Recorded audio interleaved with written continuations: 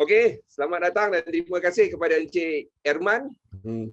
Ya. Agak aku bagi kau nama tu kan. Cik Erman ni ayah kepada adik Amir kita ni. Cik Erman ni dengan saya dah berpuluh tahun dah lah. Kita orang satu kelas masa dekat uni dulu. Ya. So hari ni kita nak cerita pasal Amir. So Amir, tahniah di atas kejayaan anda. You have very good result, alhamdulillah. Dan I hope that my son yang nak ambil SPM tahun ni pun dapatlah tiru macam Amir tu juga. So, Uncle akan tanya beberapa soalan yang simple je lah. Okey. Nombor 1, Amir, sejak bila Amir tahu Amir minat motor? So dari kecil memang saya dah minat motor lah, sebab ayah pun selalu bawa tengok MotoGP. Kita orang selalu layan MotoGP kat rumah.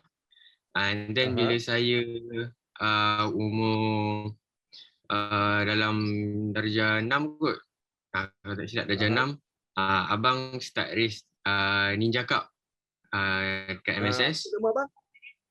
Ahmad Daudin. Okey. Adalah fans-fans tu insya-Allah kat luar tu ada. Lepas tu saya selalulah ikut tengok dia race, rasa vibe race tu, situation dia punya nerve. So benda tu best lah. And then lama-lama makin minat, and then tengok race, tengok MotoGP apa semua, memang makin lama makin minat lah. Okey. Itulah. So, motor apa yang Amir first kali bawa dalam track? Dalam track? Okey, kalau dalam track, first kali bawa motor Mini GP. Mini GP, track mana tu? Dekat Elite, Subang. Dekat Elite. Sebelum tu memang dah pernah bawa motor, dah belajar apa semualah. Dah lah, sebelum tu memang pandai bawa motor tapi kat luar je lah, on the road. Dalam banyak motor yang May bawa dekat track, yang mana satu yang paling favourite? Yang paling favourite, motor yang saya pernah bawa Mini GP, Yamaha Legenda, NVX dengan Honda Wave Alpha. Yang saya paling banyak bawa Legenda lah, sebab saya race guna Yamaha Legenda. Dan setakat ni karakter saya pun dah start sesuaikan diri dengan Yamaha Legenda, so maybe Yamaha Legenda. So macam mana Amir train di Amir tu untuk jadi rider tu? Siapa coach Amir sebenarnya? Coach, sebenarnya dia kalau kat track memang ada one minute race, memang ada coach lah, which is coach Zamri. Dia memang jaga budak-budak one minute race.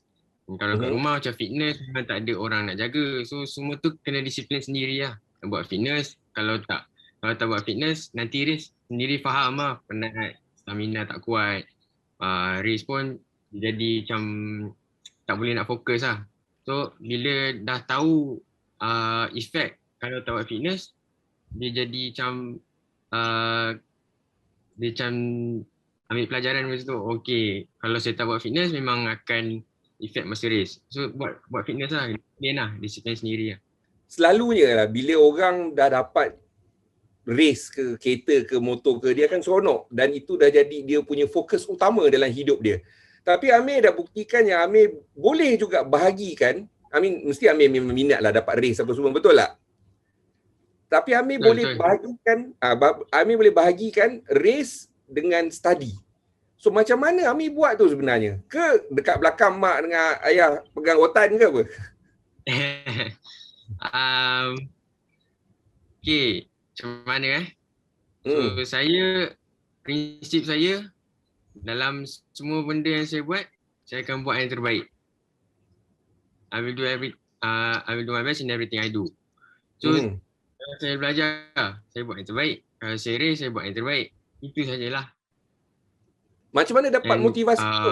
Dari ibu ayah banyak support lah. Ibu ayah banyak bagi sokongan moral, kata boleh, apa semua. Okay. Now, let's say lah Uncle letakkan Amir dalam satu situasi ni lah. I put you in this situation lah. Next week ada race besar, tapi next week pun ada exam yang besar. So, which one Amir akan pilih?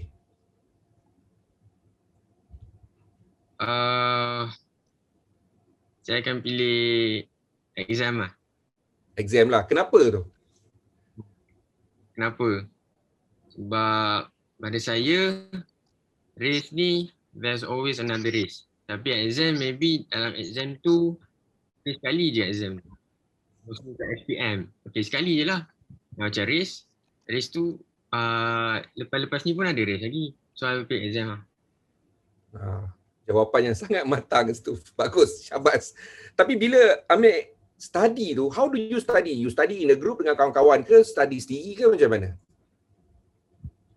Okay, kalau dalam bab study ni, dia different subject, different mata pelajaran, ada different way of study. Kalau macam contoh, additional mathematics ke, it requires latihan. So kena buat latih tubi lah. And then kalau macam benda yang baca, macam sejarah ke, nak tak nak kena baca lah. Kalau tak baca memang tak tahu. Because it's facts. So saya study, ada masa group study, ada masa study sendiri. So selalunya waktu malam lah. Sebab memang kat sekolah pun selalu busy. Ada kelas tambahan, ada prep, kelas prep. So nak tak nak dalam banyak kelas tambahan tu pun ada still ada certain topics yang saya tak faham. So bila saya tahu saya tak faham, malam tu saya stay up sekejap nak study. Sekolah semesti kan? Ya, semesti. Okay, shout out to semesti. Ada juga fan-fan dia, alumni awak kat situ, senior-senior semua kat situ. But okay, balik semula pada motor kan. Sebab yelah uncle punya viewer pun banyaknya memang motor dengan kereta lah kan. Yes. Amir dah bawa mini GP, Amir dah bawa Kapcai, dan Amir dah bawa juga motor macam, I'm sure dia dah bawa motor yang the normal bikes lah, macam Ninja ke apa semua tu kan. Apa beza dia bila dalam track, motor-motor ni, perangai dia, apa yang Amir nampak betul-betul berbeza? Betul-betul beza lah. First of all, body position. Okay, kalau kat Prick dengan kata motor yang ada fairing dan tangki kat depan, tangki kat depan superbike lah. Macam Ninja 250, itu semua tangki kat depan. Macam Mini semua tangki kat depan. Kalau kat Prick, tangki kat bawah seat. So di situ dia dah lain dah, dia punya body position. Cara nak corner, nak entry corner. Daripada segi handling dia lah, yang mana best? Yang underbone macam cup ke ataupun yang motor biasa, yang tangki kat depan? Dua-dua ada pros and cons masing-masing. So tak boleh lah nak compare sebab dia tak sama. Tak boleh nak compare mana yang lagi sedap, mana yang lagi tak sedap. So dia ada specialty dia sendiri lah, dia ada kelebihan dia masing-masing lah. Mungkin ada certain corner, motor ni lagi best. Mungkin ada certain corners or certain tracks, motor yang ni lagi best. So tak boleh nak compare sangat. Tapi in terms of excitement, yang mana lebih seronok, mana lebih mencabar?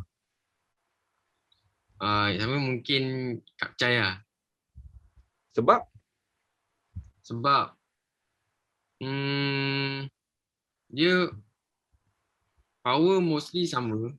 So nak tak nak skill tu kena pandai buka awal ke, or maybe entry corner tu laju lagi ke, late braking ke. So kalau macam superbike, motor tu sendiri dah ada power. So each bike kadang-kadang power dia dah berbeza. Mungkin ada yang lagi power. So mungkin straight road je dah boleh orang kata dah boleh overtake. Jadi kalau kat Chai ni mostly power semua sama. So tak nak kena orang kata think out of the box sikit lah. Kenapa uncle banyak tanya soalan pelik-pelik dan kadang-kadang soalan bodoh-bodoh ni? Ada sebab dia. Sebabnya ialah bila company sendiri cari sponsor, diorang memang nak cari rider-rider yang boleh bercakap. Itu sebenarnya satu benda yang sangat penting, because whether you like it or not, you are carrying their brands. So they want somebody, dia nak orang yang pandai bercakap. So terus terang abang cakap lah, abang kan wah. Terus terang aku cakap lah, tak ramai yang boleh bercakap. And if you want to go international, mau tak mau kena cakap orang putih lah kan. Dan kalau dah mak abah tu ambil TESOL, anak-anak dah memang terror lah English kan. Ya, mak dia pun saya kenal, classmate saya juga tu. Okay, anyway, last question from me. Okay, soalan terakhir ya. Apakah dia signature riding style untuk Amir? Setiap orang dia ada signature riding style dia, gaya dia sendirilah. Untuk Amir rasa apa signature Amir? Apa cara Amir yang lain daripada orang lain? Okay, cara yang lain sepanjang saya minat dalam bidang pemotoran ni, saya banyak inspired by Marc Marquez. So, bila saya buat pun banyak tiru-tiru sikit gaya dia. And Selalu kita slide dari belakang? Kalau boleh, slide lah. So, main motocross jugalah ni? Motocross, adalah kadang-kadang training motocross juga. Dan usually dulu saya paling suka hard braking lah. Hard braking tu saya selalu brake lambat. Oh, okay. Last. Suka rolling. Apakah yang boleh kami apa dah cakap dia? What can Malaysia expect from you? Apakah yang kami negara boleh expect, boleh expect bahasa Melayu apa? Yes. Ya, harapkan ya Allah, blank otak aku ini ya. So Amir, apakah yang kami peminat-peminat permotoran, motor racing boleh jangka daripada Amir dalam masa terdekat ke near future ke masa depan lah? Ya, apa yang boleh dijangkakan, saya personally saya okeylah, kalau tanya mana-mana racer kat Malaysia ni pun, yang dalam kat Prix pun semua nak sampai ke MotoGP. Memang ramai yang nak ke MotoGP. Senang kata semualah. Tapi to be realistic, saya tahu kemampuan diri saya kalau boleh nak sampai ke ARRC, Asia Road Racing, ataupun Premier Class CP150. Andai kata ada tim yang nak ambil, dan saya kalau andainya ada peluang, memang saya tak akan lepaskan. Tetapi walau bagaimanapun, saya tak akan neglect, tak akan abaikan pendidikan lah. Saya tetap akan race, andai kata ada peluang, tapi still akan sambung belajar. Okay, good. Dan saya nak tinggalkan satu pesanan kepada sahabat lama saya, iaitu Datuk Razlan Razali. Bro, tolonglah adik kita ni. I think he has a very bright future. Dan sekarang kita interview ayah dia pula. Encik Herman Zuhadi Zainal ni. Sama dulu-dulu ni, pada highway ni. Sampai ketua dengan anak-anak pun dia main motor. Okay. So, Cik Herman, terus terang kita cakap,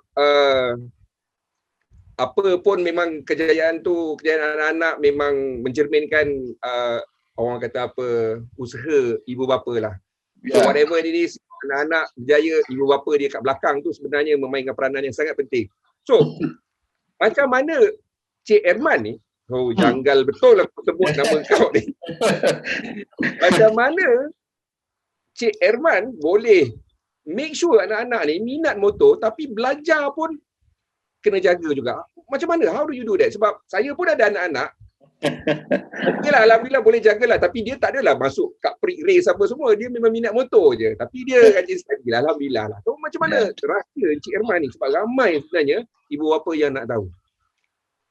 I think in the beginning, from the start lagi, saya banyak terapkan 3 perkara penting to all my children. 3 most important things. Bila sampai kepada peringkat orang kata dalam Islam terpanggil mumayyiz tu kan. Dia boleh fikir baik dan buruk. 3 benda saya selalu terapkan pada dia yang sampai dia yang besar, sampai dia yang dah bekerja lah, semua anak-anak. Yang pertama, jangan sekali-kali buat benda haram dari segi syarak. Benda haram. Pasal kadang-kadang kalau dalam undang-undang tu ada benda tu, undang-undang tak salah tapi sebenarnya haram. Pasal saya cakap dengan anak pun, saya cakap kalau buat benda haram nanti motor jadi berat tak laju. Kan? Jangan buat benda haram. Itu saja. There's no two way about it. You know what is halal, know what is haram, jangan buat benda haram. Yang kedua, that is on the agama side. Yang kedua, jangan sekali-kali buat benda menyalahi undang-undang. If you want to do it right. You want to ride bikes, get the license.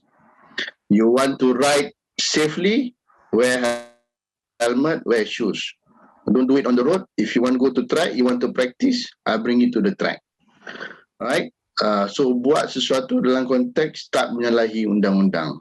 Dan yang ketiga, ini kepada individu. Yang pertama tadi dari segi teras agama, yang kedua dari segi negara, dan yang ketiga pada rakyat pada individu itu sendiri. Do what you like. And because when you do what you like, you'll do the best of it. Apa you minat? You minat apa motor? Go ahead. But do it right. Jangan menyalahi undang-undang. Jangan buat dengan cara haram. Do it what you like. You like to study what subject? Do best in it. Just ceburi bidang yang you really like to do, because when you do something what you like, that is where you will give your best. So those are the three things. Daripada dia orang kecil sampai ke dia yang besar memayis, dah pandai berfikir, they will hold to all that three things lah in life to them guide.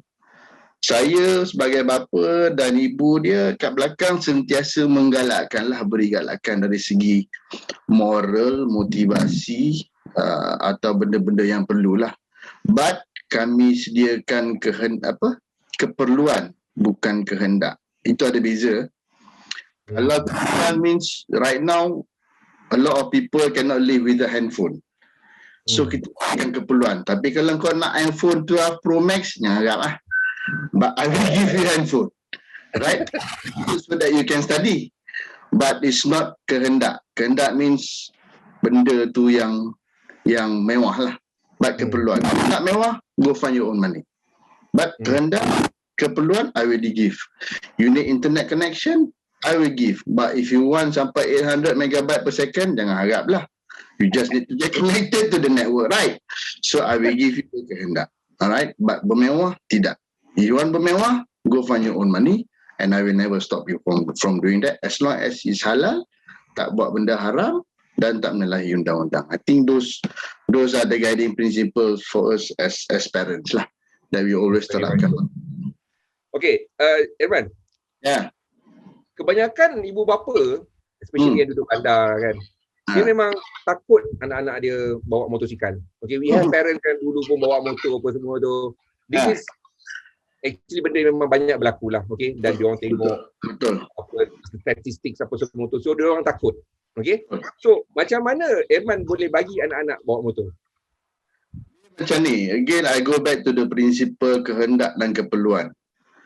Right now mobility or being mobile or being able to travel or whatever it is mobile is keperluan already. Alright? Because you need to go to work, even you need to go to school, or you need to go to study, or you need to go anywhere, you need to be mobile. Means you must be able to know how to get to that location fast and safe. And that is something that we can always guide them. And kalau kata kemalangan dan sebagainya, kadang-kadang orang duduk sendiri macam ni pun boleh kemalangan, kipas jatuh. But overcoming the fear lah. Overcoming the fear is something that we always instill in the kids. Overcome the fear, overcome the challenges, and yang paling penting kita sebagai ibu bapa always put behind, we angkat tangan doa untuk anak-anak, doakan yang terbaik dan selamat dan sentiasa dilindungi oleh Allah Ta'ala lah. That is always our guiding. Kalau dia keluar pagi tu pun, keluar naik motor, ya Allah lindungi anak aku. Right? We put him in your good hands. So dan kita tawakal lah dengan usaha tu. But as parents, we always tell them the requirements of the safety. Make sure you wear helmet. Make sure you wear proper shoes. Make sure you wear proper protective jacket dan sebagainya. So that orang kata jangan tawakal bodoh, naik motor bogel. Itu memang cari nahas lah. But make sure that you wear things properly to make sure that it's safe. Okay, ni antara soalan-soalan yang ramai orang tanyalah. Okay, diorang pun ada anak-anak. Dan diorang selalu kata, okay, motorsport ni benda yang mahal apa semua tu. Adakah anda bersetuju bahawa sukan permotoran ni, motorsports ni will require some investment ataupun pelaburan daripada ibu bapa untuk melihat anak berjaya? Okay, I have to admit, saya kena akui, ada investment yang perlu. But it may not necessarily be a high investment. Just like most of my boys, they race in Malaysian Super Series, in fact, dalam apa. But start them with something, go back to the basic, keperluan dan kehendak. Kalau you rasa you want them to start in the race, bagi keperluan. Put them on, beli motor second hand dulu, make it good, put them on that interest, let them try it out. You don't have to be, kalau kata kita nak belajar anak tu jadi racer, bukan bermakna kita kena terus beli dia motor yang mahal-mahal, tidak. But and see whether they are capable or not, and let them nilai diri sendiri whether that is something they want to pursue as an interest. Right? Ada modal, but it may not necessarily be an expensive thing. Benda mahal dan murah ni terpulang juga kepada ibu bapa. If you want to invest it and put it a lot of money, you can, but they may not like it. Right? But start small, grow big. And grow big, grow fast. So tapi macam mana Cik Irman boleh cari sponsorship, penaja? Itu satu benda yang saya nampak ramai orang kurang pandai nak cari sponsor. So how do you manage to find sponsorship for your children? Because saya sendiri menceburi bidang motor ni dah lama lah. So bila kita menceburi bidang ni dah agak lama juga, ada sedikit pengalaman, ada kawan-kawan, alright, we start talking and we start discussing, and then we see how we can grow the national talents along these lines lah. And then that is very, very important. But most importantly is that you have to put the talent right first. Once you have the right talent, people that will be able to give the opportunity akan buka mata dan tengok dan lihat. Right? These people can ride, these people can compete, these people can challenge themselves, and they will probably give that kind of trust on the sponsorship and things like that lah. But there is some effort. The parents will have to put in, kena taruh sedikit. Effort dia tu. Buat paperwork. Yang paling utama sekali, the children's mind condition. Alright? The children's mind condition yang pertama sekali, betul ke dia minat? Okey. Kadang-kadang orang ni dia berminat, dia cakap minat. Tapi bila kita letak dia dalam keadaan tu, dia sebenarnya tak dapat. Dia lebih menjadi ikut-ikutan daripada sebenarnya berminat dengan bersungguh-sungguh. So kita tak nak benda tu dia nak atas sebab ikut-ikutan, tapi kita nak minat tu atas sesuatu yang mereka boleh semai dan perkembangkan. Put them to that. Biar dia orang uji sendiri kemampuan dia, betul minat, we give you opportunity, and you too. I need you to prove it that you want to go far on this opportunity given. Right? So if that happens, then alhamdulillah lah. If it doesn't happen, then then you have to make a judgment call lah. That it's probably not for you. Amir, what would be your final word? Apa nasihat nak cakap dekat rakan-rakan kat luar tu ke? Do what you like.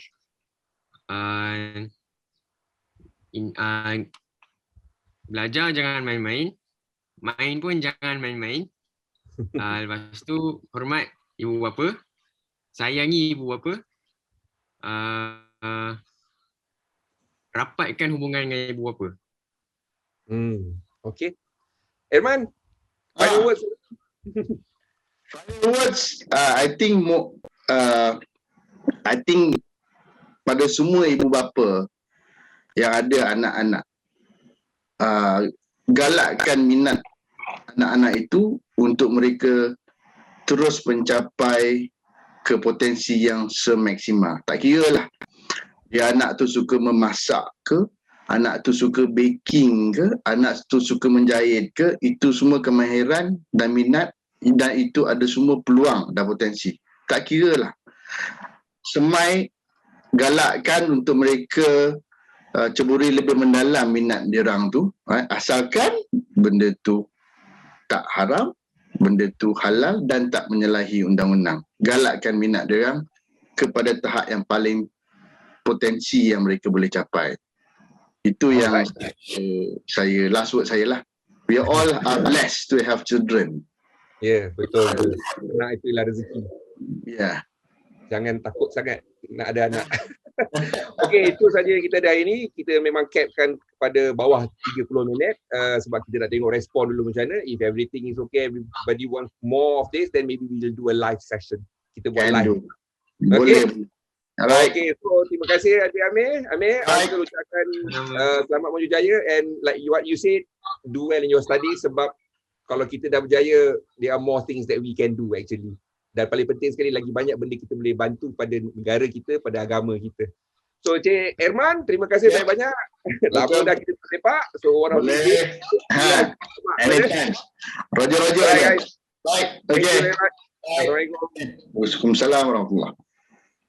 Jangan lupa subscribe channel kami dan tekan butang loceng supaya anda tahu bila video baru kami akan muncul.